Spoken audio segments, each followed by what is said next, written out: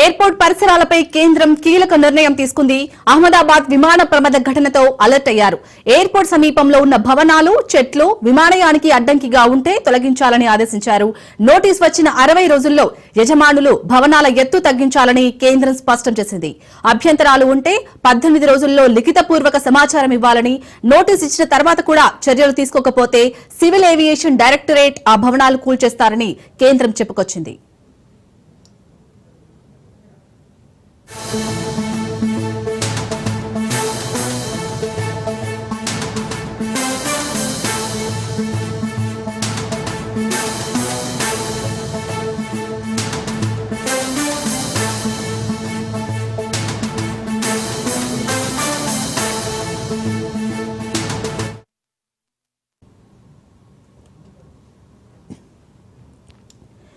Airport పరిసరాలపై కేంద్రం కీలక నిర్ణయం తీసుకుంది.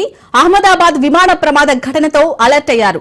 ఎయిర్పోర్ట్ సమీపంలో ఉన్న భవనాలు, చెట్లు విమానయానానికి అడ్డంకిగా ఉంటే తొలగించాలని ఆదేశించారు.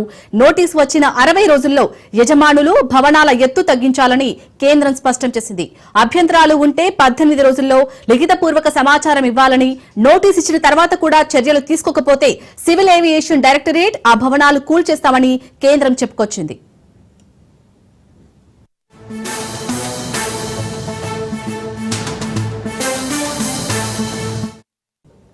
మొత్తానికైతే విమాన ప్రమాదాలు జరగకుండానైతే కేంద్రం అయితే చాలా జాగ్రత్తలు తీసుకుంటుంది. దీనికి సంబంధించి పూర్తి అప్డేట్స్ మా ప్రతినిధి పవన్ అందిస్తారు. పవన్,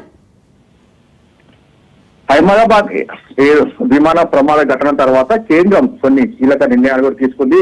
ముఖ్యంగా చూస్తే ఎయిర్పోర్ట్ పరిసర ప్రాంతాలపైన కూడా కీలకమైన నిర్ణయాల నేపథ్యంలో ఆ యొక్క భవనాలు కావచ్చు, చెట్లపై సంబంధించి దానిపైన కూడా కేంద్రం ఫోకస్ పెట్టింది. విమానానికి అడ్డంగా ఉంటే తొలగించాలని చెప్పి కూడా ఆదేశాలు కూడా జారీ చేసింది.